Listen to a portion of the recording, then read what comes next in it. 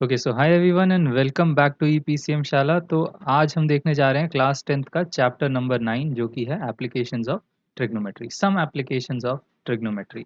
तो सम में हम ज़्यादा नहीं करेंगे, हम कुछ कुछ चीज़ें ही हमें इंपॉर्टेंट है।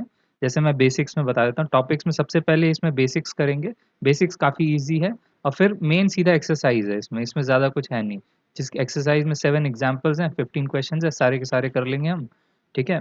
और मैं कोशिश करूँगा कि कोई भी वीडियो 20 मिनट से ऊपर ना हो, ठीक है? 20 मिनट्स का हम कैप रखेंगे, इससे ऊपर नहीं जाएँगे क्योंकि सबका अटेंशन स्पैन वो सब भी रहता है। तो इससे पहले ट्रिगो का भी जो वीडियो बनाया है या फिर मतलब जो भी है, तो उसमें आप 20 मिनट्स में ही देखें उसको, वीडियो को तोड़-तोड़ के देखें अपने हिसाब से, ठीक है? तो बेस्ट रहता है वो, आपको ज़्यादा कंप्यूटर के सामने भी नहीं बैठना वगैरह, तो वैसे, ठीक है?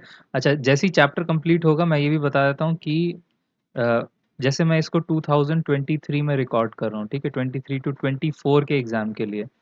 तो आप में से कोई आगे भी देख रहा है तो आपको पता होना चाहिए कि ये प्रैक्टिस क्लासेस मेरी जो होंगी, जो कि सिर्फ़ यही एक पेड कंटेंट होगा, ठीक है? मेरा क्वेश्चन बैंक है इसमें, तो इसके अंदर 50 एमसीक्यूज़ हैं जो प्रैक्टिस मैं करवाऊँगा और क्वेश्चन बैंक टेस्ट वगैरह, ठीक है? हर चैप्टर के 4 टेस्ट होंगे, जिनको आप बैठ के, क्योंकि वीडियो सॉल्यूशन के साथ होगा ये, तो आप साथ में बैठ के इनको एज़ अ क्वेश्चन बैंक लेके प्रैक्टिस कर सकते हैं। तभी मैं क्वेश्चन बैंक टेस्ट मैंने इनका नाम दिया है। या तो टेस्ट जैसे यूज़ करो या तो क्वेश्चन बैंक जैसे यूज़ करो, ठीक है? तो 1 एंड हाफ आवर का एक एक होगा, तो हर एक में new new question, so question bank भी कवर होगा और वैसे, ठीक है? तो ये मैं अगले साल लेके आऊँगा, 24 में लेके आऊँगा मैं, ठीक है? क्योंकि अभी मिड सेशन में 23 में अभी ज़्यादा कुछ मतलब नहीं है, ठीक है? स्टूडेंट्स को भी ज़्यादा पहुँचेगा नहीं, तो अभी इसमें मेहनत करना थोड़ा-सा प्रॉब्लम है, ठीक है? तो ठीक है, स्टार्ट करते हैं जल्दी से, हम बेसिक्स देख लेते हैं कि इस चैप्टर में है क्या। तो ये पहला वीडियो है, तो देखते देखिए ट्रिगोमेट्रिक रेशियोज़ यहाँ पे देखेंगे। आपको मोस्टली टैन इस्तेमाल होने वाला है, टैन थीटा, ठीक है? टैन के अलावा जो अगला जो चीज़ इस्तेमाल होगा, sine theta and cos theta इस्तेमाल होगा। कॉस भी कम ही होता है, साइन थीटा ज़्यादा होता है, ठीक है? और सबसे ज़्यादा 95-98% आपका टैन थीटा ही लग जाएगा।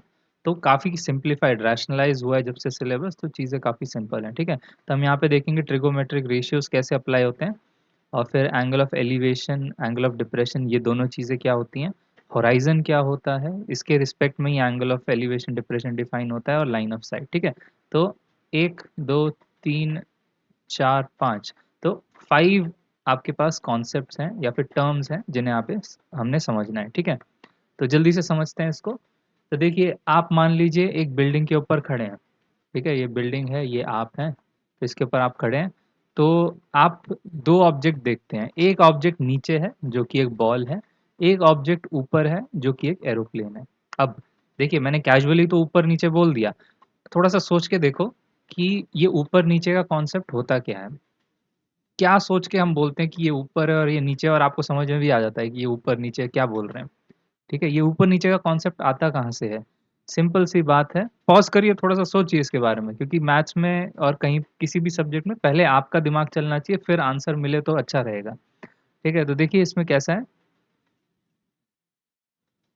ये, जब आप सीधा देखते हैं ना, सामने, ये एक फ्लैट लाइन हो जाती है।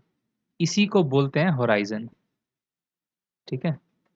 इसमें मैं इसको डॉटेड लाइन से कर देता हूँ। तो जब आप स्ट्रेट लाइन में देखते हैं, तो इस चीज़ को हम बुलाते हैं होराइज़न।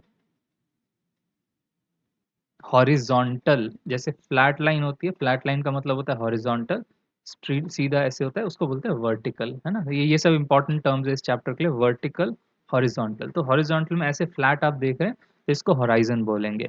होराइजन के रिस्पेक्ट में ऊपर नीचे होता है, ये ऊपर नीचे का कॉन्सेप्ट होराइजन के रिस्पेक्ट में बात होती है, ठीक है? तो ये, तो होराइजन से नीचे पहले बात कर लेते हैं। होराइजन से नीचे, मान लीजिए आप होराइजन से नीचे बॉल को देख रहे हैं, ठीक है? बिकॉज़ इनका डेफ़िनेशन वग़ैरह इम्पोर्टेंट नहीं है कि क्या होता है डिफाइन होराइज़न, ये सब इम्पोर्टेंट नहीं है। आपको सेंस कैप्चर करना है, क्योंकि होराइज़न ये है, होराइज़न ये फ्लैट ग्राउंड भी है। आप समझिए, ये फ्लैट लाइन जो ऐसे बन रही है, ये भी होराइज़न के पैरेलल है, दोनों स्ट्रेट लाइन्स हैं, ठीक है? तो सेंस कैप्चर करना ज़रूरी है। अच्छा, आप मान लीजिए इस बॉल को देख रहे हैं, क्योंकि आप उस बॉल को जहाँ पे भी देख रहे होते हैं, ये आपका साइट होता है और इस साइट से जो लाइन बनती है, इसी को बोलते हैं line of site. Line of site, आप बॉल को देख रहे हैं तो आप एक सीधे डायरेक्शन में देख रहे हैं, ठीक है, तो उसका हम एक लाइन बना देते हैं, उसको बोलते हैं लाइन ऑफ साइट। तो क्योंकि बॉल नीचे है, ध्यान से समझिए, क्योंकि बॉल नीचे एंगल ऐसे करके नीचे की तरफ बनेगा, होराइजन से नीचे, होराइजन से नीचे, तभी इसको बोलते हैं एंगल ऑफ डिप्रेशन। डिप्रेशन वो फीलिंग वाला डिप्रेशन नहीं, डिप्रेस करना, किसी भी चीज को दबाना या फिर नीचे की तरफ धक्का मारना। तो आप समझिए कि होराइजन से नीचे की तरफ ये बॉल कितना नीचे है होराइजन से, तो वो एंगल डिफाइन कर देगा, एंगल डिप्रेशन को डिफाइन कर देगा। तो ये डिप्रेशन है। आई होप आप समझ गए होंगे, डिप्रेशन को जो एंगल डिफाइन करे वो एंगल ऑफ डिप्रेशन, ठीक है। तो ऐसे डिप्रेशन एज सच यूज नहीं होगा वर्ड, बट आप समझिए इसको, होराइजन से ऊपर नीचे की ही बात हो रही है बेसिकली, ठीक है। तो यहाँ पे आप समझिए एक 90 डिग्री का राइट एंगल ट्राइंगल बन रहा है, उल्टा ट्राइंगल है तो ट्रिग्नोमेट्री लग सकती है, तो ट्रिग्नोमेट्री लगेगी, ठीक है। सिमिलरली आप थोड़ा ऊपर भी विजुअलाइज करके देखिए, मान लीजिए आप एरोप्लेन को देखते हैं ऐसे, तो अब आप समझिए एंगल जो है होराइजन से ऊपर की तरफ है, ऊपर की तरफ है, इसी के लिए बोलते हैं इसको angle of elevation, ELE elevation. Elevation, elevator क्या होता है, लिफ्ट को बुलाते हैं elevator.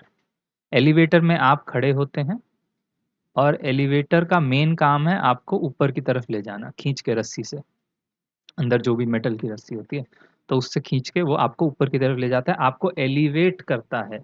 To elevate is to lift somebody, ठीक है। तो ऐसे करके ऊपर की तरफ, तो आप यहाँ पे भी इमेजिन कर सकते हो कि होराइजन से ये प्लेन जो है एलिवेटेड है,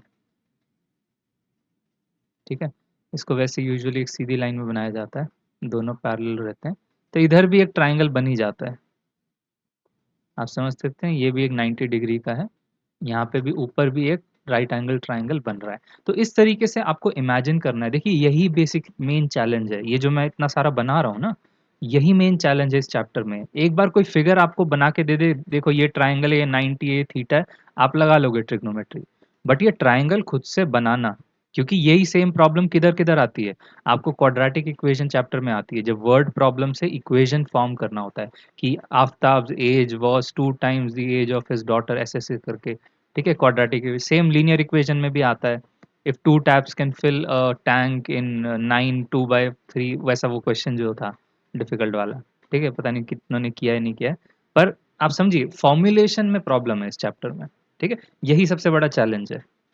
तो इसलिए ध्यान से वर्ड्स को समझना है, angle of elevation, angle of depression, line of site. अच्छा, ऊपर के केस में भी ये बताया नहीं मैंने, ये भी लाइन ऑफ साइट ही है, क्योंकि आप एरोप्लेन को देख रहे हो तो लाइन ऑफ साइट वहां पे हो जाता है, ठीक है। तो angle of elevation, angle of depression, line of site, horizon, ठीक है, 4 चीजें। और ऑब्जेक्ट वगैरह तो क्या ही डिफाइन करना, तो बस यही सब है, ठीक है। और जैसे जैसे और भी टर्मिनोलॉजीज आएंगी क्वेश्चंस के अंदर हम देखते चले जाएंगे, ओके। तो आई होप आपको समझ में आया, यही बेसिक है। और ध्यान रखिए, चैलेंज फिर से बोल देता हूं मैं, डायग्राम क्रिएट करना, ठीक है।